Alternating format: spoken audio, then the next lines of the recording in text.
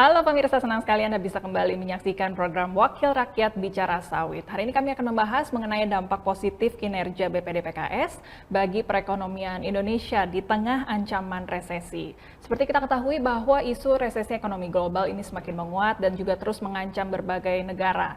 Salah satunya juga menjadi perbincangan di pertemuan G20 yang dilakukan kepala negara di Bali menjelang akhir tahun yang lalu. Nah, Indonesia tentunya juga berharap bisa menangkal dampak dari resesi ini, salah satunya dari faktor penting yaitu keberadaan dari perkebunan kelapa sawit, di mana Indonesia menjadi produsen dan juga eksportir terbesar kelapa sawit di dunia. Nah, lantas bagaimana kiprah dari BPD PKS atau Badan Pengelola Dana Perkebunan Kelapa Sawit? Kita akan membahasnya dengan tamu saya hari ini yang sudah terhubung secara virtual. Ada Bapak Hairudin SAGMH selaku anggota Komisi 4 DPR RI. Halo Pak Hairudin, apa kabar Pak? Assalamualaikum, Alhamdulillah baik. Waalaikumsalam, terima kasih sudah bergabung hari ini. Pak, kita akan membahas mengenai kinerja dari BPD PKS, tapi sebelumnya kita mau membahas mengenai ancaman isu resesi ekonomi global yang sudah dirasakan oleh banyak negara dan juga di Indonesia. Bagaimana Bapak melihat keadaan saat ini, Pak? Terima kasih Mbak Melisa atas kesempatannya untuk bincang-bincang persoalan tentang bagaimana kelapa sawitan kita dengan BPD PKS sebagai pengelolanya. Pertama, kita ini masuk di ruang di ruang politik, ruang ekonomi baik nasional maupun internasional atau hubungan luar negeri yang serba tidak menentu. Pasca Covid 2019 kemarin, 2020 kita ini punya sangat rentan terhadap kondisi perekonomian kita yang sangat belum punya daya tahan yang baik. Nah, kedua, ancaman resesi ekonomi yang sudah disampaikan oleh IMF kepada kita, kepada seluruh dunia, dan jangan-jangan Indonesia kebagian getahnya dari resesi ekonomi, yang artinya adalah kondisi perekonomian yang tidak menentu.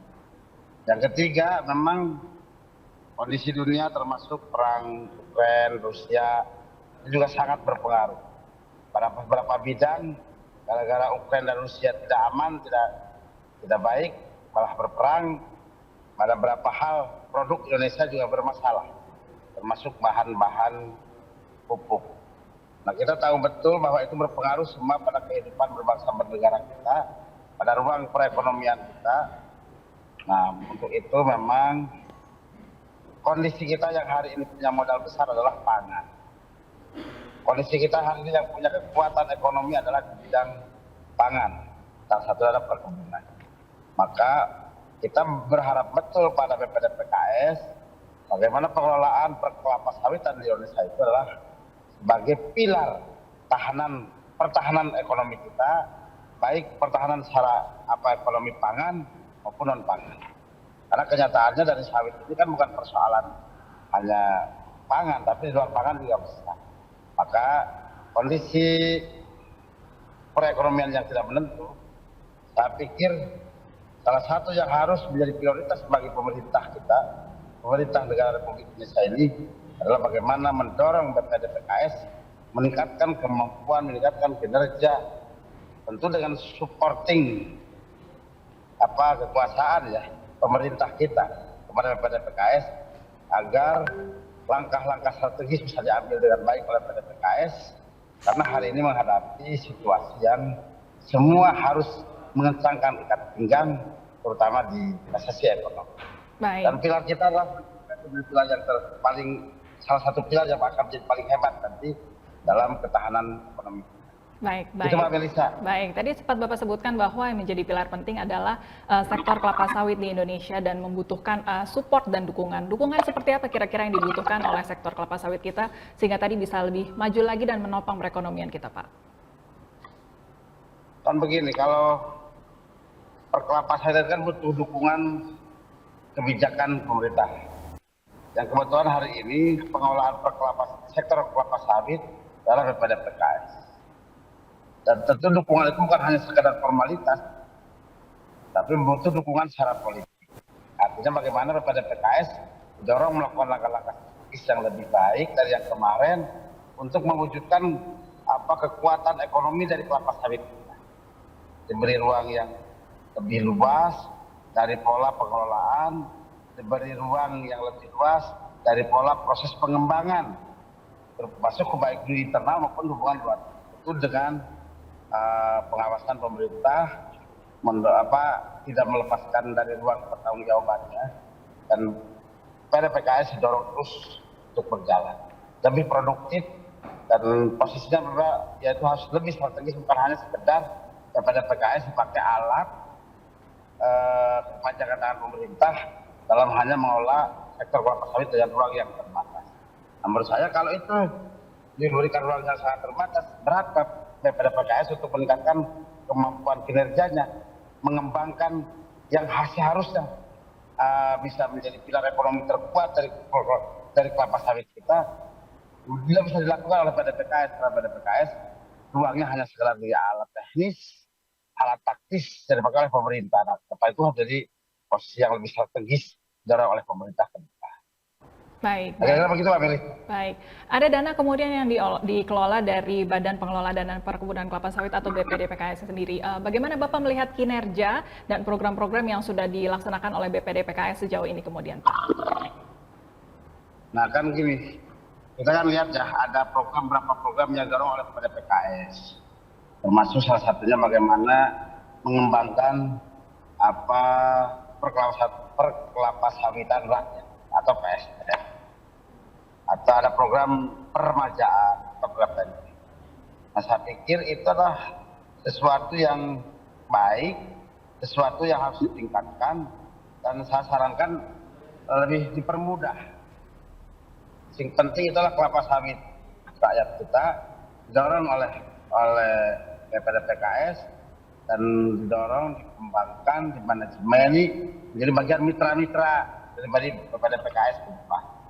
Termasuk bagaimana BPDPKS mengembangkan dari sisi sektor sarana prasarananya.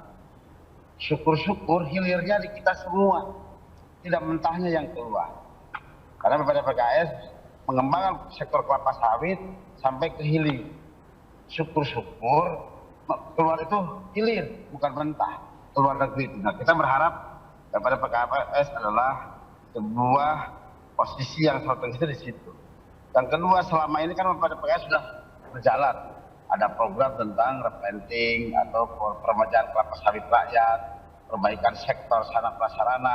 Itu sangat baik, sangat mendukung pemerintah. Karena anggaran pemerintah daerah terbatas, apalagi di pedalaman hutan-hutan. Kan kelapa sawit itu jauh ya dari kota, kan ke dalam itu jauh sekali, mungkin tidak terjangkau oleh program pemerintah daerah untuk membangun jalan. Nah, dari anggaran daripada PKS yang hari ini ada, itu bisa didorong, dan kita sudah di beberapa titik sudah tahu di berbagai wilayah bahwa PKS mengembangkan dan mendorong sarana prasarana dari daerah kelapa sawit rakyat, dan itu tentu sangat positif dan rakyat sangat dibantu betul, dan disitulah negara hadir yang diwakili oleh PKS. Begitu Melisa. Baik. Terakhir Pak, mungkin ada harapan atau target yang ingin dicapai oleh sektor kelapa sawit kita sehingga tadi bisa menjadi penopang bagi perekonomian Indonesia di tengah ancaman resesi. Silakan Pak. Kan begini, ini kita kan kelapa sawit kita itu punya dia bisa ekspor selain non migas itu besar sekali. Artinya menghadirkan kembali ekonomi negara itu dengan baik. Kedua, kelapa sawit juga dia di biodiesel memberikan identitas pada sebuah negara. Di dunia tentunya Indonesia termasuk pada posisi pada posisi punya ruang ekonomi kelapa sawit yang termasuk jajaran terbesar. Dan itu adalah sebuah posisi yang sangat strategis untuk melakukan proses negosiasi atau hubungan diplomasi ekonomi yang mewakili negara itu dengan negara yang lain. Dan itu butuh didorong, makanya butuh Presiden ini jangan setengah hati kalau mendorong kepada PKS agar dia mampu melakukan hal yang strategis mewakili negara, bisa melakukan proses konsolidasi ekonomi yang baik, punya dampak yang baik terhadap ekonomi negara. Yang kedua, harapan kita tentu dari PKS ke depan pengembangan PSR, karena kan ini butuh pengembangan sebagai pilar kekuatan ekonomi kita dari kelapa sawit hari ini di luar non migas. Nah, mudah-mudahan PPDPKS terus mengembangkan kelapa sawit dengan rumus menggandeng warga negara kita, warga bangsa kita, masyarakat kita, mengembangkan ekonomi di sektor kelapa sawit dengan program baik replanting ataupun ke depan saya punya harapan. Jangan hanya replanting, tapi pengembangan yang non replanting. Kalau memang rakyat tanahnya betul yang milik rakyat, kenapa tidak didorong? Mudah-mudahan menjadi bagian dari kebijakan ke depan bahwa banyak rakyat kita yang punya tanah yang mau tanam sawit yang bukan replanting, minta bekerjasama dengan PPDPKS, dan saya pikir PPDPKS harus mau. Dan itu lebih strategis ke depan, lebih mengembang, lebih luas lagi. Baik. Semakin hebat kelapa sawit, semakin berdampak hebat pada ekonomi negara. Baik. Baik, kita doakan harapannya betul-betul tercapai sehingga sektor kelapa sawit kita bisa terus maju, didukung juga oleh BPDPKS, sehingga tadi ya bisa menjadi penopang ekonomi kita di tengah ancaman resesi. Terima kasih Pak Khairuddin SAGMH selaku anggota Komisi 4 DPR RI. Baik, pemirsa, terima kasih atas kebersamaan Anda telah menyaksikan program Wakil Rakyat Bicara Sawit. Kita berjumpa lagi di lain kesempatan. Sampai jumpa.